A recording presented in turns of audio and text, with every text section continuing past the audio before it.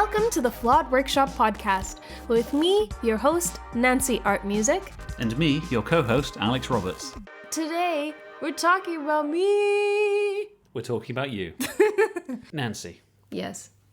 How did it start? How did you find out that you were a flawed creative? I didn't know I was a flawed creative until very recently, to be honest. Okay, so how did you find out you were a creative? And then we'll put an asterisk at the end of creative. Yeah. Well, so I was 6 years old, probably, and I used to sing a lot at school. And basically people liked that, and so I was like, cool, I don't need to be good at science anymore because I can do this. People are singers and they make money, so that's what I'll do. And that was my thought process at 6 years old. Hustling at 6 already. Okay. And I was like, yeah, cool, I'll do this forever. And then when I was 14, I wrote, and starred in. Do you star in an album? I did an album. And that was, I think the album celebrated its 10-year anniversary like a year ago, something like that. So it's coming on to 12. Yeah. And I went to university for music and sound technology. Didn't do anything then despite having a huge arsenal of equipment and talented people all around me. And then basically there were so many things that I thought were in my way. What were the top 3 things that you would claim were in your way? Myself. That's a pretty big one. Okay. Others. As in other people? Yeah. Okay, not other reasons. No, it was, I have to say, it was really mostly me. I didn't realize that for a long, long time. I was a very huge myth of I don't have person, if that makes sense. There's I can't remember which channel it was on YouTube that basically said there's this myth of I don't have. So like, you can't do something until you have the right equipment.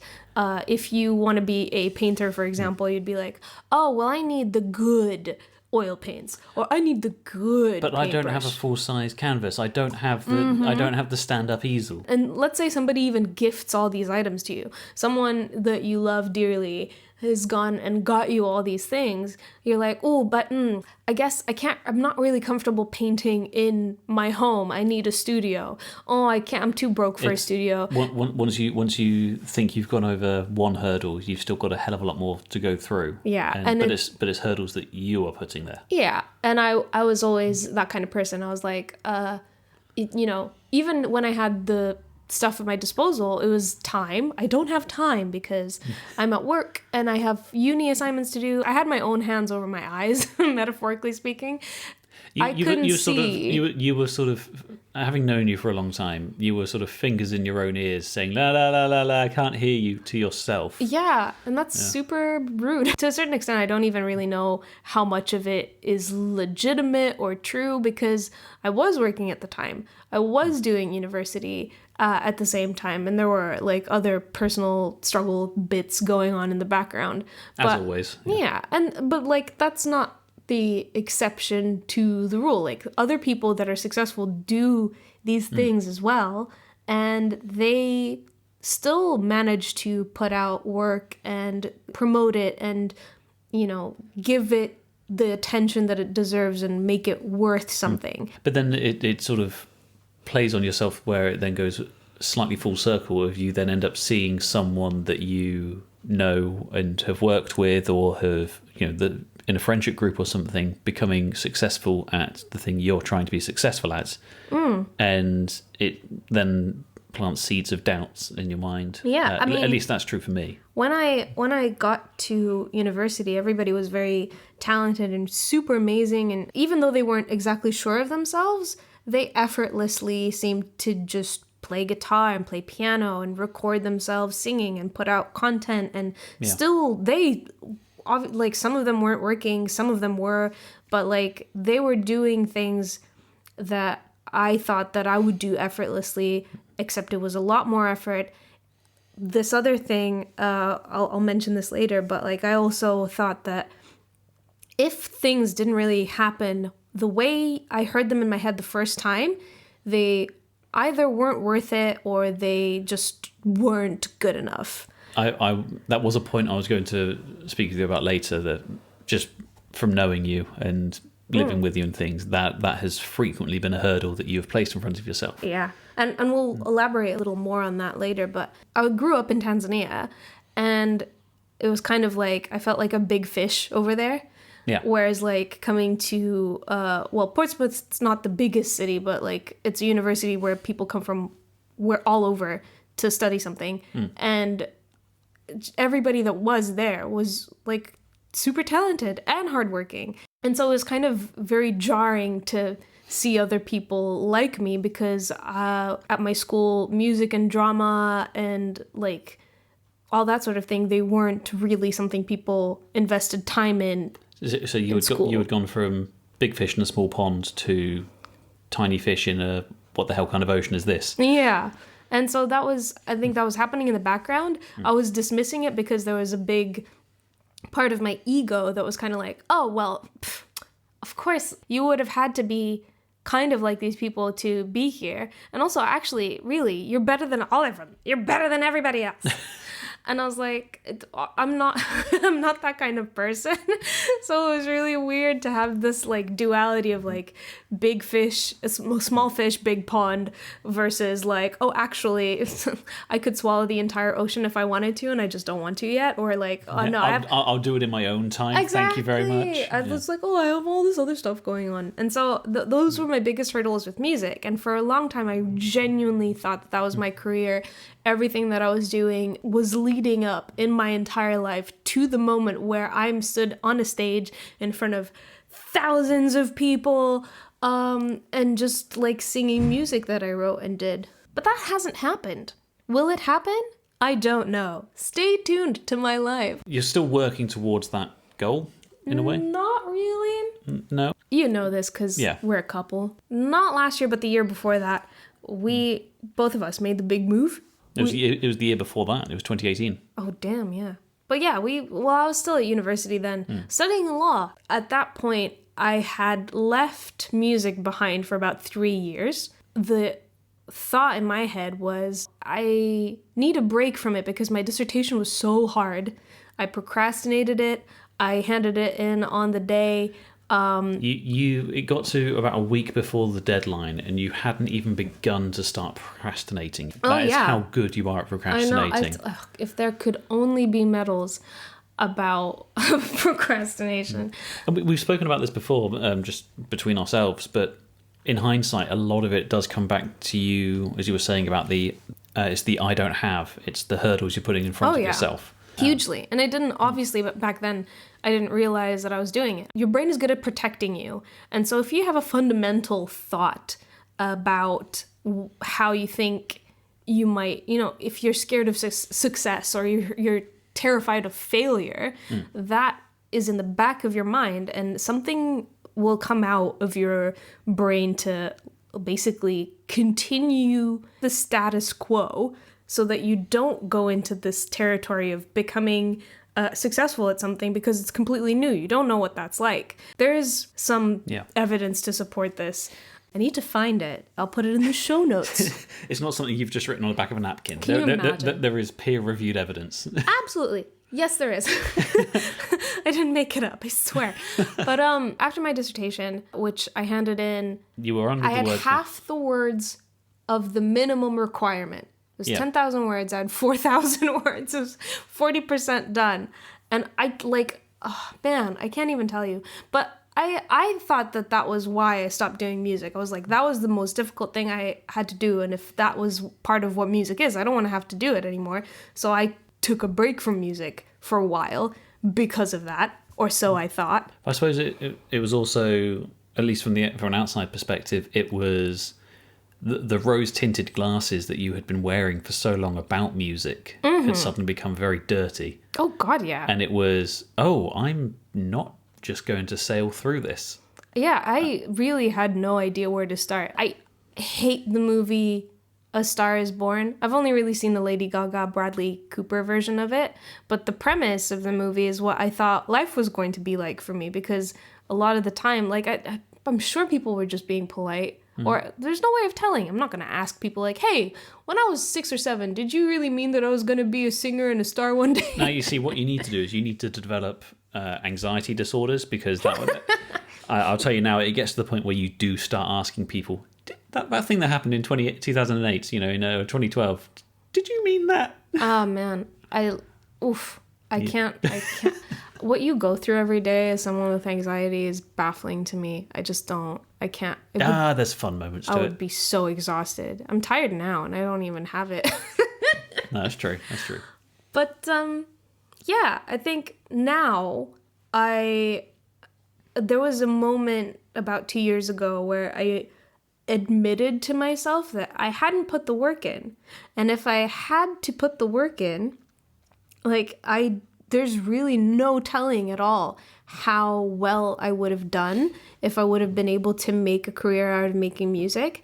And now I've kind of left it on ice. I'm going to say I left it on ice.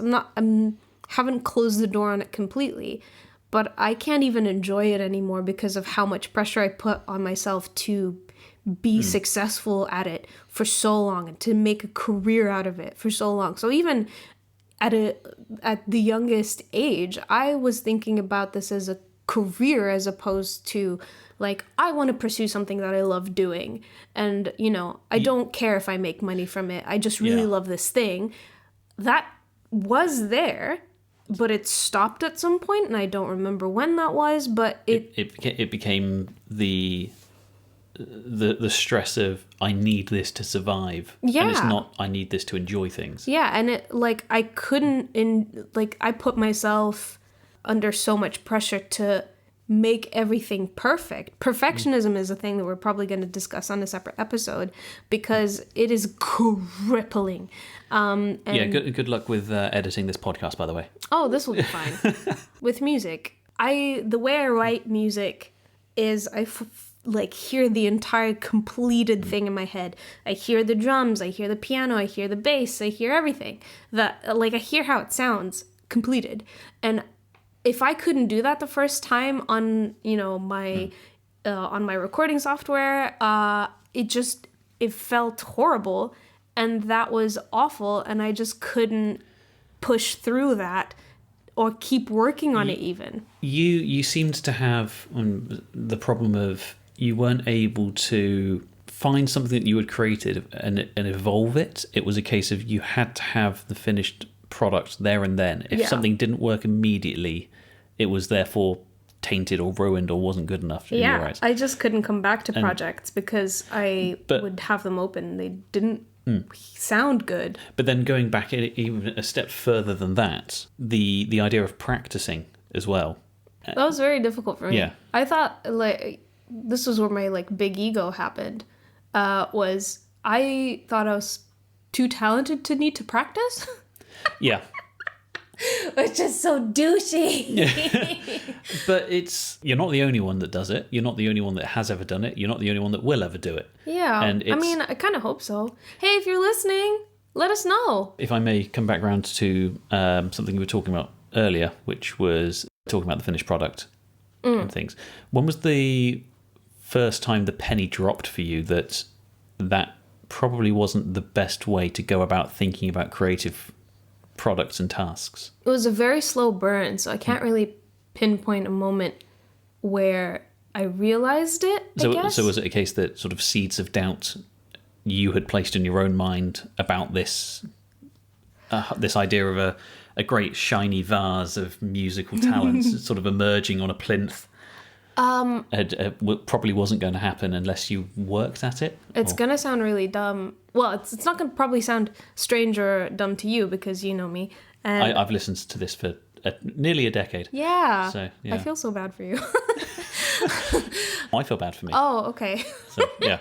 It's okay. You'll be better. So many years. So many years. But I realized I was watching an anime called Carol and Tuesday. It's about these two girls who meet up and write music together, and it's really cute and it's really sweet. This character, Angela, shows up. These two girls and Angela end up kind of being rivals in a music competition, and Angela's got all this backing behind her, but she still struggles with things. Whereas these two girls, Carol and Tuesday, they have this very nice organic feel to things, but they still struggle because even though the music they produced sounded full of life and authentic and natural and beautiful, they really had to work quite hard towards getting there. Yeah. And I didn't realize that even talented people needed to do that.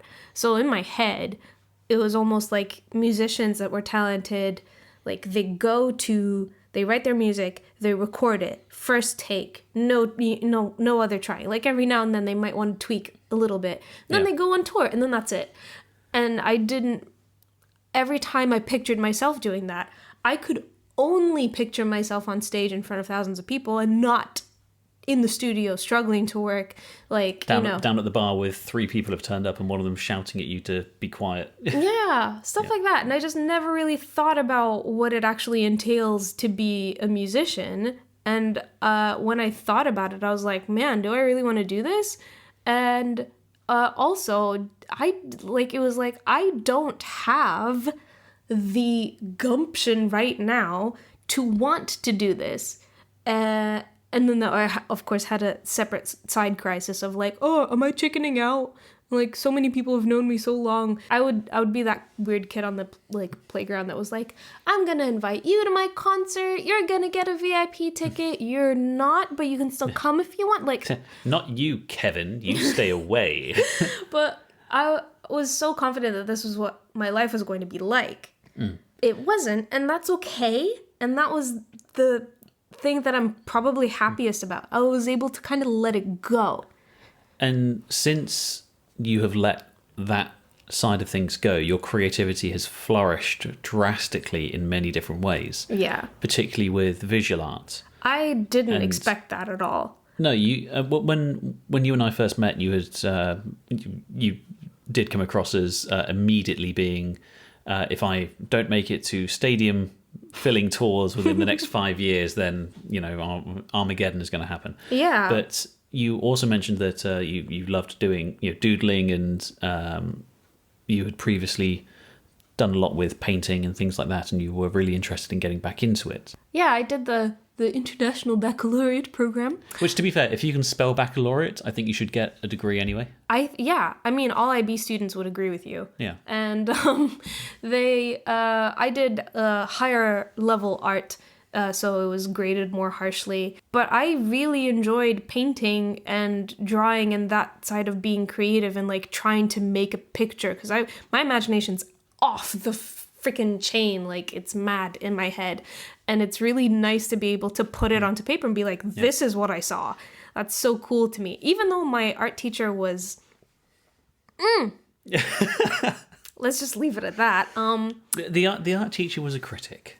Well, there we go. No, she's not. No, you know what? You've got to try. Even though it has been spin it in a positive. Even though it's been 10 years, it's too damn soon. I don't have time to talk about that. Okay. Right now, maybe I will one day if I. What was the teacher's name? I don't want to say. She was gorgeous though, so maybe deep down I was jealous. She's freaking gorgeous. Anyway, doesn't matter. Point is, I really enjoyed visual art.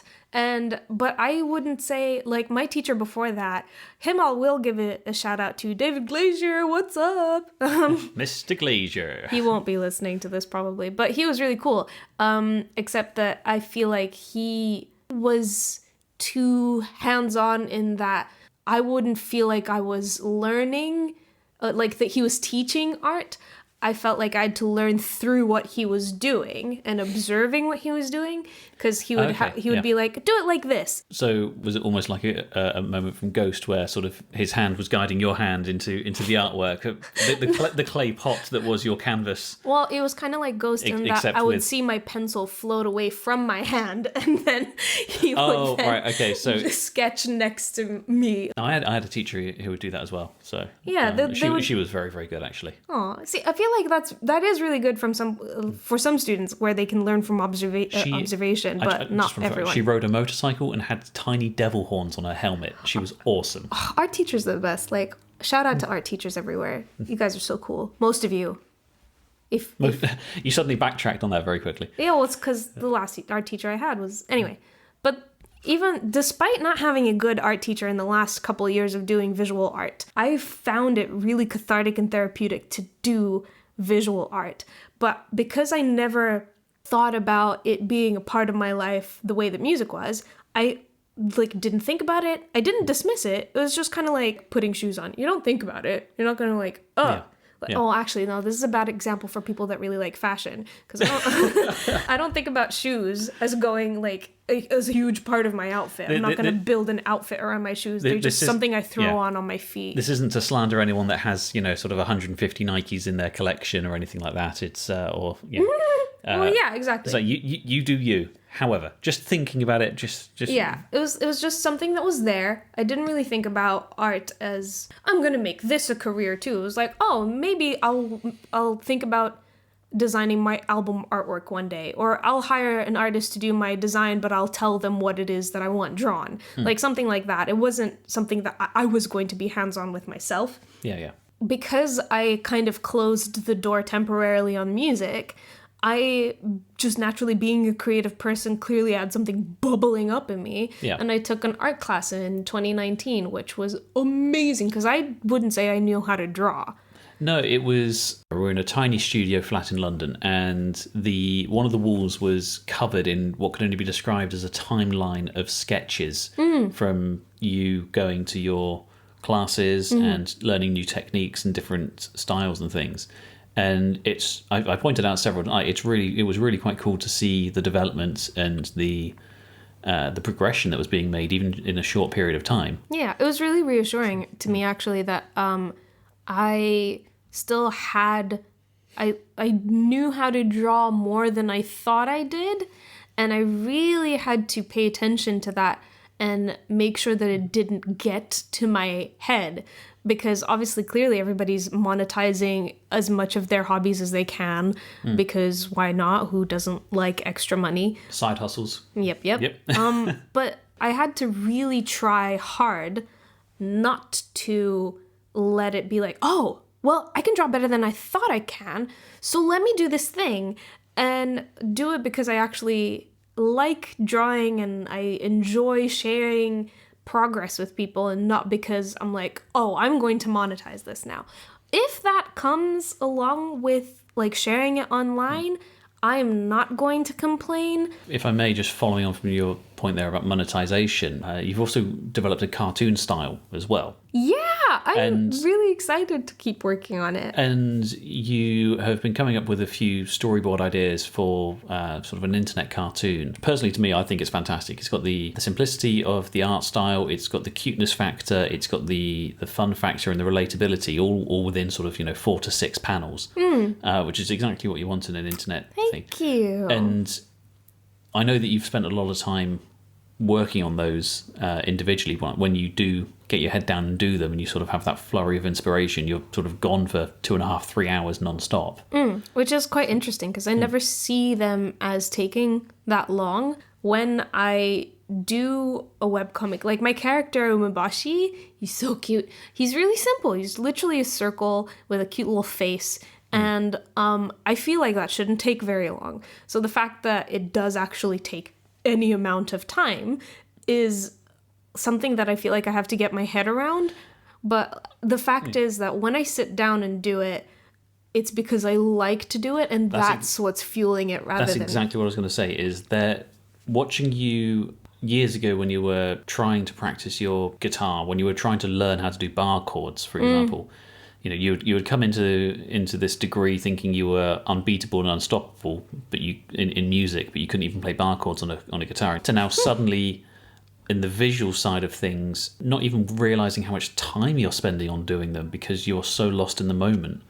That's exactly what it needs to be about. I know I get the same when I'm partway through writing and things, and it's refreshing and it's rejuvenating in many ways. Yeah, I mean, the whole thing about finally enjoying the art that I'm doing is so I want to improve, not because I feel like that's what I need to do to measure up to somebody else, but it's because I want to create something more accurately and more faithfully to the creativity that's in my crazy imagination. I want to be able to actually reproduce what is in my mind onto paper or onto digital paper, if you will, and actually have it look like what I think it should in my head.